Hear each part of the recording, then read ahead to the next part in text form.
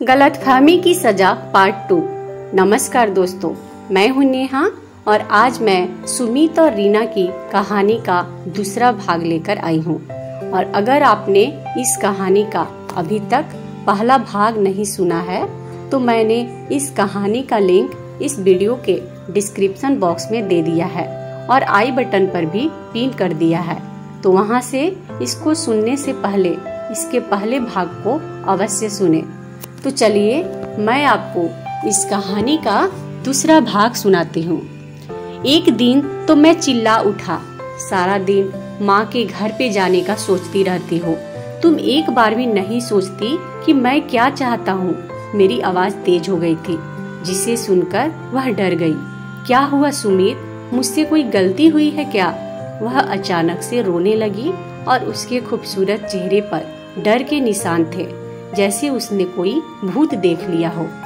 मेरा दिल उसे इस तरह देखकर पिघल गया और मैंने अपने इस रवैये के लिए उससे माफी मांगी और कुछ ही देर बाद मैं उसे मायके छोड़ के आ गया।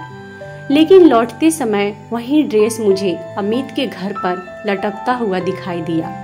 मुझे डर लगने लगा था। मैंने अपनी कनपट्टियों को दबाना शुरू कर दिया था। ऐसे लग रहा था जैसे कोई मेरे सिर पर हथौड़े बरसा रहा हो।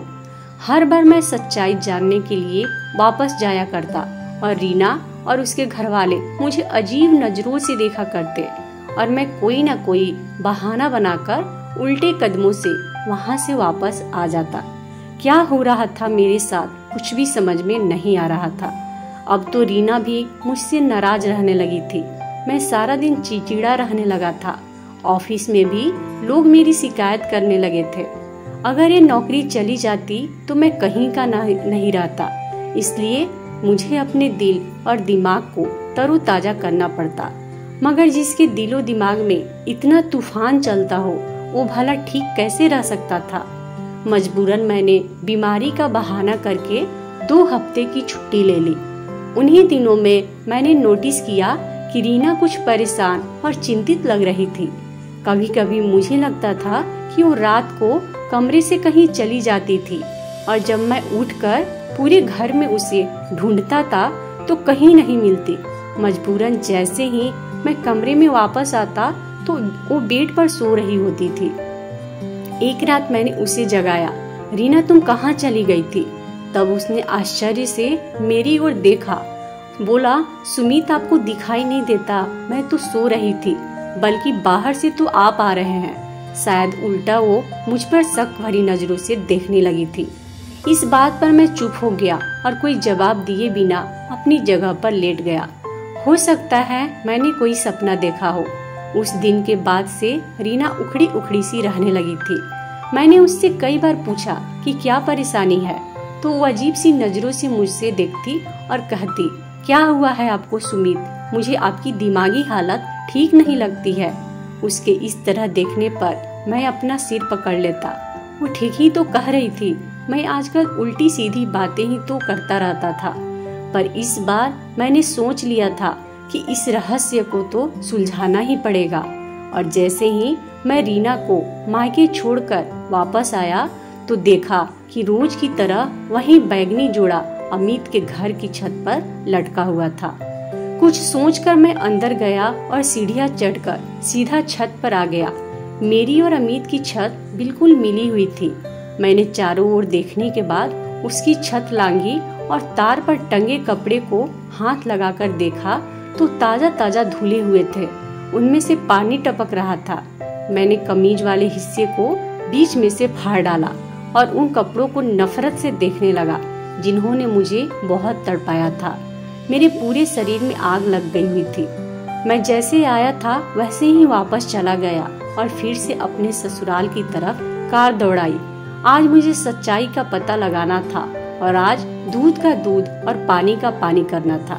मैंने तेज रफ्तार से कार चलाई थी और जैसे ही मैंने रीना के घर का दरवाजा खटखटाया तो रीना ने ही दरवाजा खुला। वो मुझे देखकर हैरान नहीं हुई थी, क्योंकि मैं हमेशा ही वापस आ जाया करता था। लेकिन उसे देखकर मेरे पैरों तले से जमीन खिसक गई थी, क्योंकि उसकी कमीज का दामन बीच में से फटा हुआ था। बिल्कुल वैसे ही जैसे मैंने पढ़ा था। ये सब देखकर मुझे इतना गुस्सा आया कि मैं अपने होशो हवास खो बैठा और बिना सोचे समझे रीना के गाल पर जोर का थप्पड़ दे मारा। वो इस हमले के लिए तैयार ही नहीं थी और चकरा कर गिर पड़ी और जोर जोर से चिल्लाकर सबको बुलाने लगी, माँ, भाई, पिताजी। उसके इस तरह के चिल्लाने पर सब के सब इकट्ठे हो गए थे और मुझे कुछ भी दिखाई नहीं दे रहा था। मैंने उसका हाथ पकड़कर खींच लिया, चलो मेरे साथ। क्या हुआ बेटा, आप ऐसा क्यों कर रहे हैं? मेरे सास ससुर हैरान परेशान बीच में आ गए और पूछने लगे। मेरी सांस फूल रही थी। आप ये सब अपनी बेटी से क्यों नहीं पूछते कि इसको बेवकूफ बना रही है ये? मैं उसकी तरफ इशारा करके उनको बताने लगा। मगर बेटा, इसने किया क्या है? मेरे ससुर ने मेरा हाथ पकड़कर नरमी से पूछा।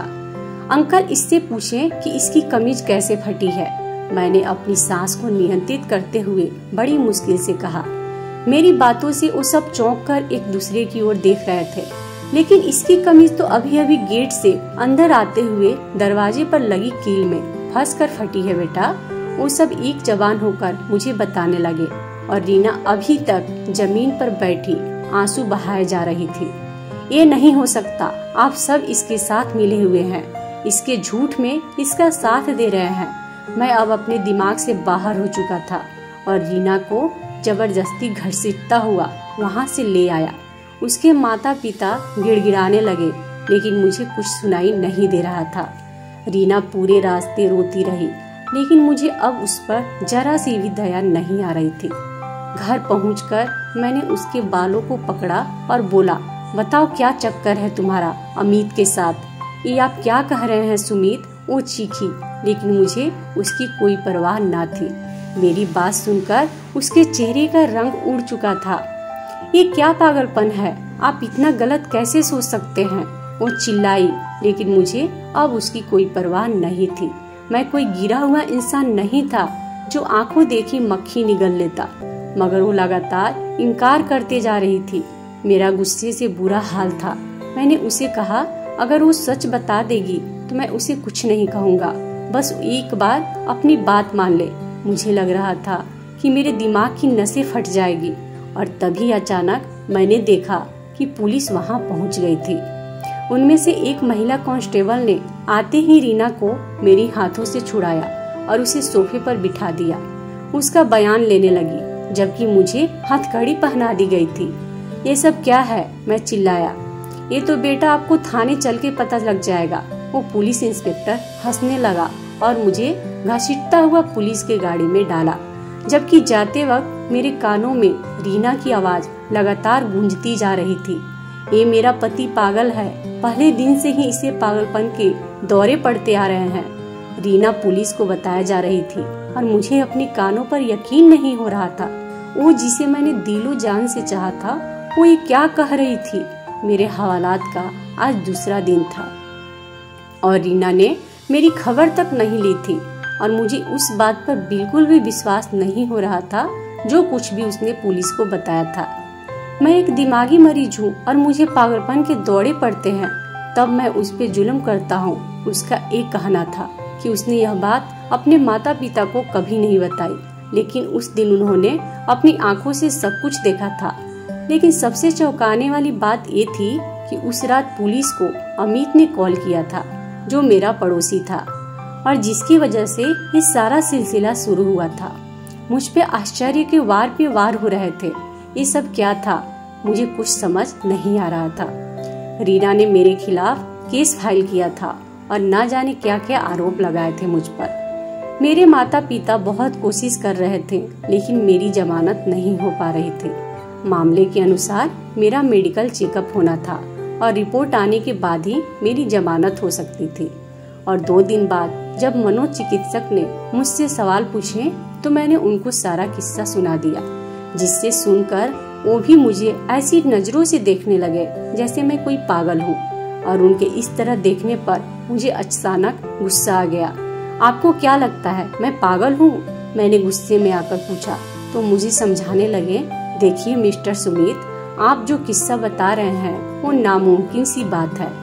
इत्तेफाक 1 या 2 बार हो सकता है।